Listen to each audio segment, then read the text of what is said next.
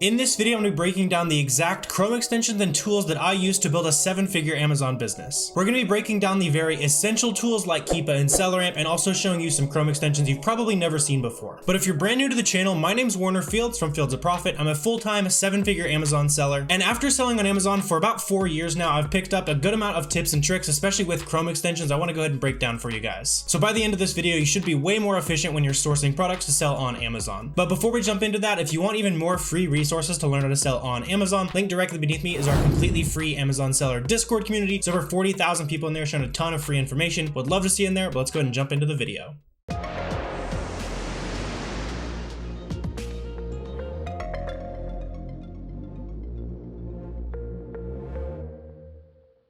So jumping into my computer here, I want to go ahead and start breaking down kind of the most important Chrome extensions if you're brand new to selling on Amazon. Basically, the only two tools you do genuinely need when you're starting. Number one is this tool down here called Keepa. It probably looks like rocket science, but this green line right here is showing us the sales rank, showing us how fast the item's actually selling. The pink line is showing us the buy box price. So it's showing us over time, whenever on this listing, anyone who says add to cart, this is the buy box right here. That's where sales come from. This is just tracking the price of that buy box line over time. So we can get a good idea of how stable this item is over time. Kind of right away, we can see back here in September, there were 14 sellers on September 9th and the price was $45. If we kind of look into that Keepa graph there, and then it looks like, you know, about 3 weeks later, maybe it went on a really good sale or something like that. A lot of people were able to find this item and it was probably profitable at $45. And so there was so in this case, about 30 or 40 new sellers hopped on and the price ended up dropping. So right away, you can immediately see how useful Keepa is for your business. So let's say you were looking at this item on this day right here. You can see that the number of new sellers is going way up. And so you would know to not buy here because it's very obvious that the supply and demand are going to kind of equal out here. And eventually there's going to be a price drop to equal out for how much extra supply there is now. But this is not a full Keepa guide. I just wanted to show you really quickly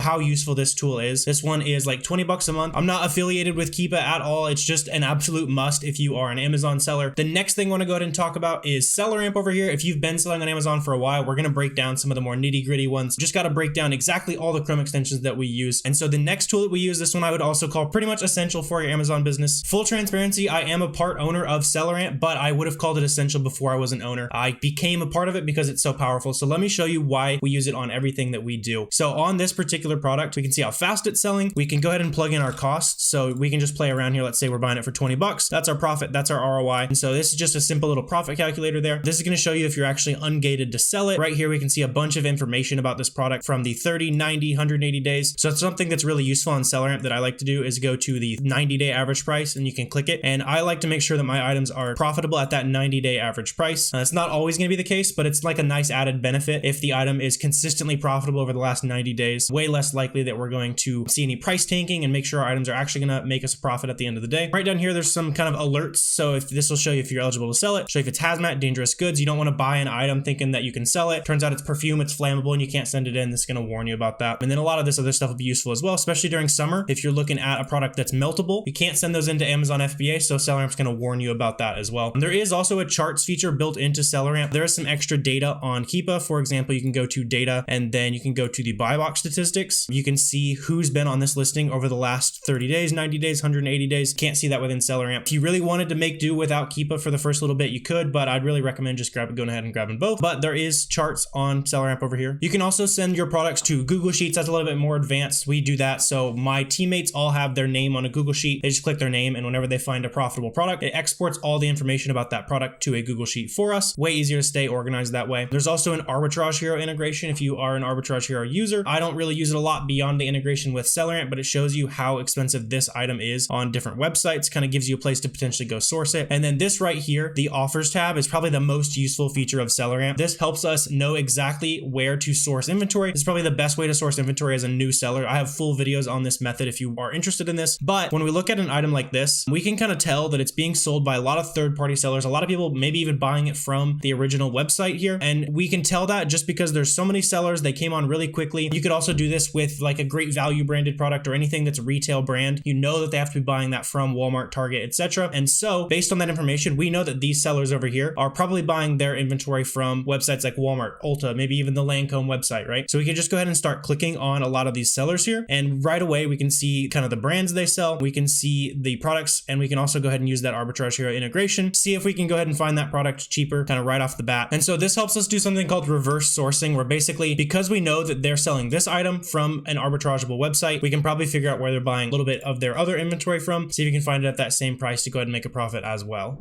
So the next Chrome extension I want to go ahead and talk about here is just this simple little check mark right here. This check mark is actually really important, especially if you're a brand new seller. A lot of sellers come in, they start selling on Amazon, and they're worried that some brands might come after them, might file IP complaints against your business. If you sell a product and you're not authorized to sell that product, especially if the brand actively monitors those listings, those are brands that you do want to stay away from. And so this Chrome extension IP alert right here, it's just this green check mark on a different product like this. It comes up with a little pop-up box. It's got a little siren for us. And so just from this information here, we know that the Lancome brand here, no one who's using IP alert, it's a pretty decent database of Amazon sellers who report whenever they receive an IP complaint from a certain brand. So it doesn't necessarily guarantee that you don't get IP complaints, but it's a really nice database, nice assurance that you're not going to get an IP complaint on a specific product. So right here, we've got a green check mark, meaning that no one with IP alert has ever had an IP complaint from Lancome, versus this one right here. Kong is an infamously IP complaining brand. If you try to sell Kong on Amazon, they'll come after you, mostly because they already sell on Amazon themselves. And so that's only natural if you were the brand, especially like Kong, you are 133 rank in pet that's selling thousands and thousands of times a month. You would want to hog all those sales for yourself as well. So this tool called IP Alert is going to warn you when they're going to be coming after you, try to kick you off those listings. And so that's really good to keep in mind. IP Alert is also a lifetime license, so you don't have any recurring charges, anything like that. If you want to go ahead and check out IP Alert, we check it on every product that we sell on our Amazon store. Down below, you can go ahead and use code FOP30 if you do want to go ahead and check out IP Alert. Make sure you're safe while you're sourcing. That saves you $30. And it also gives me a little bit of kickback for sharing some game with you guys in this video. So getting a little bit more advanced from here, I want to go ahead and show off two other Chrome extensions. These are going to be more useful while you're actively sourcing products. It's the Rakuten Chrome extension and then also the Top Cashback Chrome extension. These two are very similar. It's just these two services. Basically, anytime you run a checkout on Walmart.com, we can go ahead and check the Rakuten extension. And let's say we're buying anything in the crafts section. That means we're going to get 5% of whatever we spend back in cashback. This is a great way to add extra margin to your business. And these Chrome extensions here, I like to have multiple different Chrome extensions, Rakuten, Top Cashback. There's plenty of other cashback services as well, because certain sites might have different rates for different providers. So right now, Rakuten has 5% on crafts. Top Cashback saying 6.3%. So we could even compare and see what they're offering on crafts. I'm actually not seeing it here, but we could compare that specific category. So in this case, like hardware and tools, we could see which one is better. In this case, like if we're buying hardware and tools, there's nothing higher than 5. So right there, hardware and tools is 5%. So if we were buying from Walmart, hardware and tools, we'd want to go ahead and use Top Cashback, get that 6.3% cash back. And then on top of that benefit, these two Chrome extensions, if you're on a website that has really good coupons, it's like Honey. If you've ever used the Honey extension for like personal shopping, it'll hunt around and see if there's any coupon codes that are still working and kind of auto apply those. So that's a pretty useful feature of these two extensions as well. And they're free. You might as well get it. I actually cover my entire living expenses just off of the cashback alone from my Amazon business. So definitely do not underestimate the benefit of having cashback from Rakuten, Top Cashback, and your credit cards.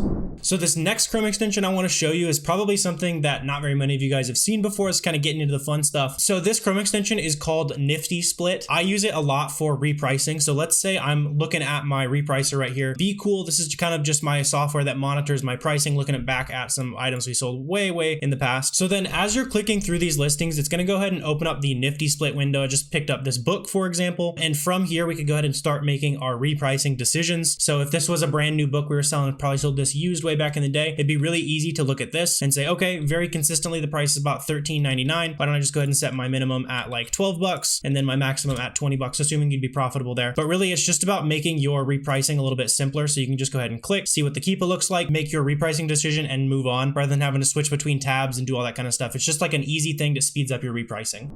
So then the last two tools I want to talk about are something that I use a lot, especially as you start scaling and build out a team. These two will be really useful once you start doing that. So those two tools would be Loom. With Loom, it's a great way to communicate with your team. This is how I make a lot of our internal trading videos. So moving myself over here, you can see, puts me in the corner right there, makes me ready just to kind of make a quick recording for my team. This is where if we see any issues come up with their sourcing, or if there's any particular sales I want to send them down, I might record a quick minute or two long Loom video, send it their way, show them how to source through that sale. And then I don't have to do that. My team goes ahead and does that for me. And then also if you have a team, the other thing that's going to be useful is the LastPass Chrome extension. LastPass is going to be really useful if you have a team as well. If you want to share your passwords and all that good stuff with them, you can just go ahead and give them a LastPass account, share all your passwords in there, your SellerAmp passwords, your Keep a password, whatever other softwares you use, go ahead and share that with them, and then they're gonna be able to access your tools without getting your passwords, and you don't have to change the passwords if you have to let them go or anything like that.